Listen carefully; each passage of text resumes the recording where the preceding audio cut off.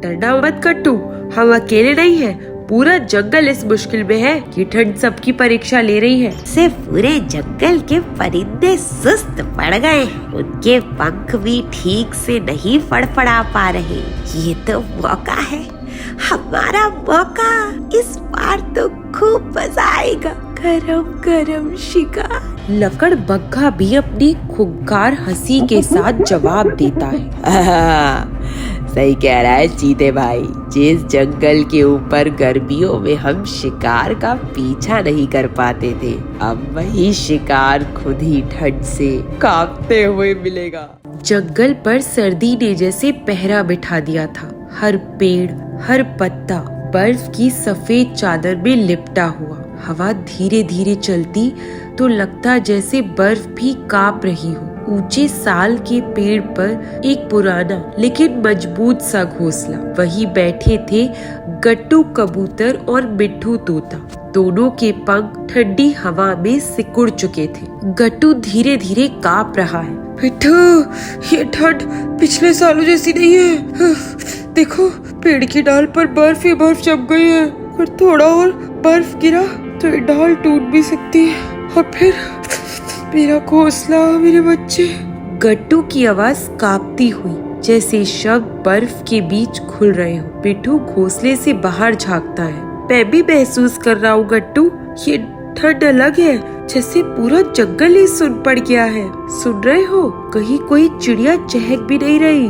सब अपने अपने घोंसलों में दुबके पड़े हैं। लेकिन मिट्ठू, मेरे बच्चों के पंख भी छोटे हैं। इतनी ठंड में उन्हें गर्म रखना भी मुश्किल हो रहा है। कभी कभी तो लगता है कहीं ये सर्दी उन्हें मिटा न दे। गट्टू ने आंखें बंद कर ली, मानो डर उसकी पलकें भारी कर रहा हो। मिट्ठू गट्टू के कंधे पर बैठ जाता है। डरना मत गट्टू, हम अकेले नहीं हैं। पूरा जंगल इस मुश्किल में है। मीठी, मैना, गिन्नी, गुड्डू सभी अपने बच्चों को लेकर परेशान होंगे। ये ठंड सबकी परीक्षा ले रही है, सिर्फ तुम्हारी नहीं। इतने में घोंसले के भीतर से दो छोटी सी आवाजें आई, गट्टू के बच्चों की, जो अपने पंख समेटते हुए कांप रहे थे। गट्टू तुरंत अंदर देखता है। अरे मेरे बच्चों, रुक जाओ, मैं हूँ ना। देखो मिट्ठू, यही तो मेरी सबसे बड़ी चिंता है। मैं चाहता हूँ चाहे कितना भी मुश्किल समय हो, मेरे बच्चों को कोई तकलीफ न हो। और यही चिंता हर माँ बाप की है गट्टू। तुम सोच रहे हो कि बस तुम्हारा घर संकट में है, पर नहीं, पूरा जंगल ऐसी ही ठंडी मार झेल रहा है। मीठी मैना का घोंसला पतली डाल पर है। गिन्नी बर्फ हटाते हटाते थक गई होगी। गुड्डू तो अभी छोटा है, उसे समझ ही नहीं होगी कि ये ठंड क्या है। हवा जोर से चली, दोनों के पंख फड़फड़ाए। बर्फ के छोटे छोटे कण हवा में घूम कर जैसे घोंसले में घुसने लगे थे। गट्टू घबरा जाता है। मिट्ठू, ये हवा और तेज हो गई है। अगर बर्फ ऐसे बढ़ती रही तो मैं नहीं जानता कि हम रात कैसे काटेंगे। मिट्ठू थोड़ी देर सोचता है। मुझे लगता है गट्टू, अब अकेले संभालना मुश्किल होगा। कहीं ना कहीं हमें किसी समझदार की जरूरत है। और इस जंगल में हर मुश्किल में एक ही नाम याद आता है। मिट्ठू ने हल्का मुस्कुराते हुए कहा, चंपी मौसी। चलो उनके पास चलते हैं। वो ना सिर्फ समझदार है, बल्कि जंगल की हर मुसीबत की असली राह भी दिखाती है। चंपी मौसी? हाँ, वो ही बता सकती है कि हमें क्या करना चाहिए। लेकिन मिट्ठू, क्या हमें हमारा घोंसला छोड़कर जाना चाहिए?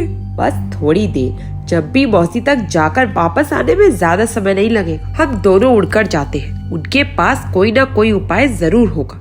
गट्टू ने घोंसले पर एक आखिरी नजर डाली। उसकी आंखों में चिंता, लेकिन दिल में थोड़ा सा साहस जग रहा था। ठीक है मिट्ठू, अगर हमारे बच्चों और इस जंगल की सुरक्षा के लिए जरूरी है तो चलो। चंपी मौसी का पेड़ जंगल में सबसे ऊंचा था। ठंड से जमे हुए पत्तों के बीच कई छोटे बड़े घोंसले थे, जहाँ चिंता की गर्मी ठंड से ज्यादा थी। मौसी के पेड़ पर आज असामान्य हलचल थी। मीठी मैना, गिन्नी, गुन्नू, बिक्की, बिक्कू सब पहले से इकट्ठे होकर बैठे थे। सर्दी की मार हर किसी के चेहरे पर साफ दिखाई दे रही थी। चंपी मौसी शाखा के बीच खड़ी थी, शांत लेकिन गहरी सोच में डूबी। तभी दूर से दो परिंदों की परछाई दिखाई थी।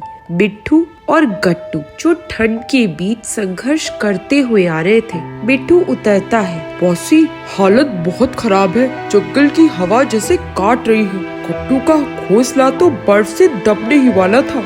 गट्टू घबराई आवाज में बोलता है, मौसी, बच्चों को गर्म रखने में मुश्किल हो रही है। इतनी ठंड मैंने पहले कभी नहीं देखी। मेरे घोंसले की डाल भी बर्फ से छूट गई है। डर लगता है। मीठी मैना जो ये सब सुन रही थी भावुक होकर जवाब देती है, गट्टू अकेला नहीं है मौसी, मेरे घोंसले के आसपास भी बर्फ जम गई है। मैंने गुड्डू को पंखों के नीचे छिपाया है, लेकिन उसकी सांस तक ठंडी लगती है। गुड्डू कहता है, मौसी, ठंड काटती है, नींद में नहीं आती। गिनी ने तुरंत गुड्डू को अपने पंखों में समेट लिया। मौसी, हमारे पेड़ के पत्ते जम गए हैं, हवा घोंसले में घुस जाती है। मैं और मीठी मैना रात भर बर्फ झाड़ते हैं, लेकिन ये ठंड रुकने का नाम नहीं ले रही। मिट्ठू कहता है, मौसी, ऐसा लगता है जैसे पूरे जंगल की सांसें जम रही हो। पहले ऐसा कभी कुछ नहीं झेला। सब चाहते हैं कि आप कुछ रास्ता बताएं। चंपी मौसी थोड़ा आगे आ गई। उनकी चाल में उम्र का भार था, पर आंखों में अनुभव और हिम्मत दोनों चमक रहे थे। बच्चों, डरना नहीं चाहिए। डर दिल को कमजोर करता है, पंखों की ताकत छीन लेता है। ये ठंड कठिन है, लेकिन जंगल ने मुश्किलें पहले भी देखी है। हमें एक दूसरे का साथ देना होगा। टू पूछता है, पर हम करें क्या? हवा तेज हो रही है, बर्फ बढ़ रही है और घोंसले टूट रहे हैं। मीठी मैना भी पूछती है, क्या हमें किसी और जगह जाना चाहिए? कहीं गर्म जगह, कहीं ऐसा पेड़ जहाँ पत्ते अभी भी हरे हो?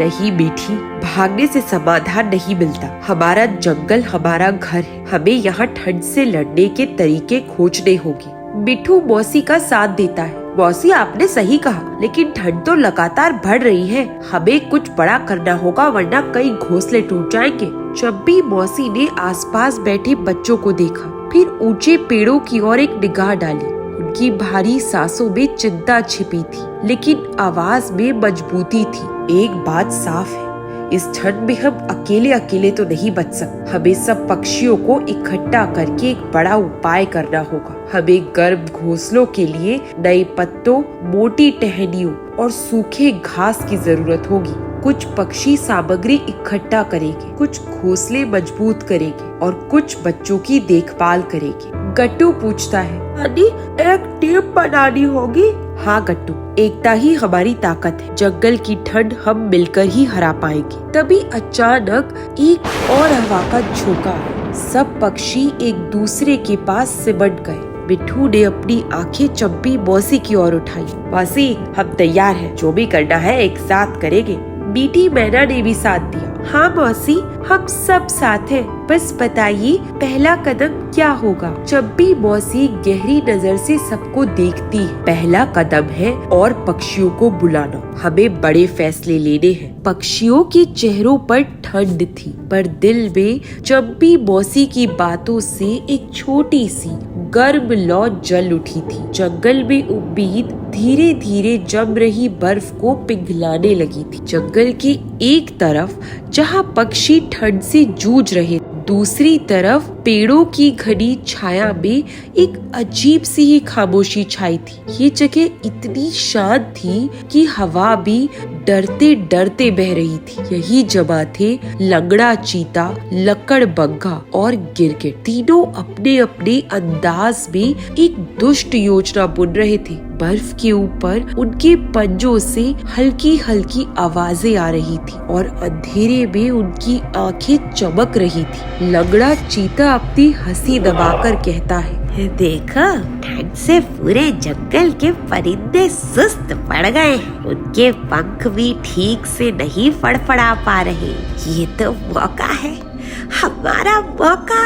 इस बार तो खूब मजा आएगा। गरम गरम शिकार। उसकी आवाज में भूख से ज्यादा क्रूरता थी। लकड़बग्घा भी अपनी खुंखार हंसी के साथ जवाब देता है, सही कह रहा है चीते भाई। जिस जंगल के ऊपर गर्मियों में हम शिकार का पीछा नहीं कर पाते थे, अब वही शिकार खुद ही ठंड से कांपते हुए मिलेगा। वो बर्फ को अपनी पंजों से उखाड़ते हुए बोला। सोचो तो, तरफ पक्षियों के घोंसले बर्फ से टूट रहे हैं और दूसरी तरफ हम गर्मा गर्म भोज की तैयारी कर रहे हैं।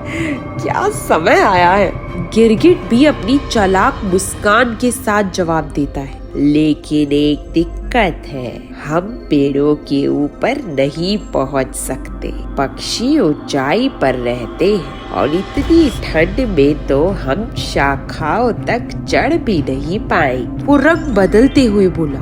अगर उनके घोंसले चाहिए तो कोई चाहिए जो उड़ सके, ऊपर तक जा सके। लगड़ा चीता अपनी आंखें छोटी करता है, मानो किसी का नाम उसके दिमाग में घूम रहा। मुझे पता है कौन हमारी मदद कर सकता है। गिरगिट जवाब देता है। मैंने भी उसी के बारे में सोचा है।